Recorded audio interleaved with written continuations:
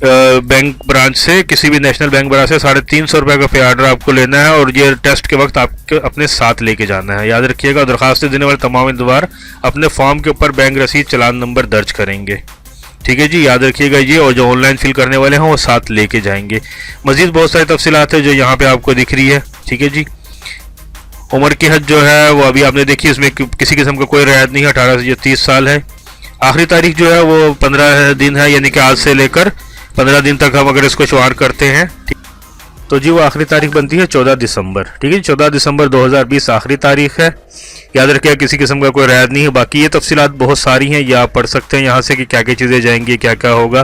ठीक है, तमाम उम्मीदवार असल तालीमी असनाद, तजुर्बाती सर्टिफिकेट, कौमी शनाख्ती कार्ड, डोमिसाइल सर्टिफिकेट, बमा, एक तस्दीक की नकल भी इंटरव्यू के वक्त लाएंगे। ठीक है, यानी कि एक फ़ोटो कापी जो कि तस्दीक शुदा और ओरिजिनल भी, और इसके अलावा तमाम उम्मीदवार ANF वेलफेयर फंड के अकाउंट नंबर, ठीक है, इससे नेशनल बैंक की ब्रांच मरी Barauri Rawalpindi branch code number ये से मौलिक 350 रुपये जमा करवाएंगे और इसकी रसीद टेस्ट के दिन अपने साथ लेकर आएंगे।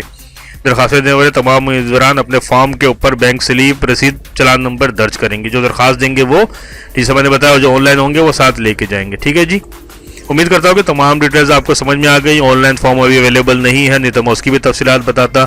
कोई बात बताने से रह गई हो तो नीचे कमेंट्स बॉक्स से ज़रूर डिस्कस कीजिएगा, मैं आपकी परेशानी को हल करने की कोशिश करूँगा।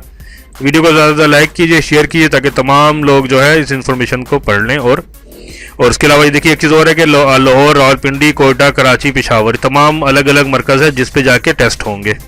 ठीक है जी, तो यहाँ पे सब अपने अपने इस टेस्ट सेंटर को यहाँ पे वाज़े कर लेंगे आपने किस सेंटर में जाके टेस्ट देना है। यहाँ पे आपका भी टेस्ट सेंटर सेलेक्ट होगा तो उसके हिसाब से आपको टेस्ट के सेंटर की वो रिपोर्ट मिलेगी। ठीक है जी, तो मिलते हैं जल्दी नई किसी जॉब के साथ। अल्लाह हाफिज़।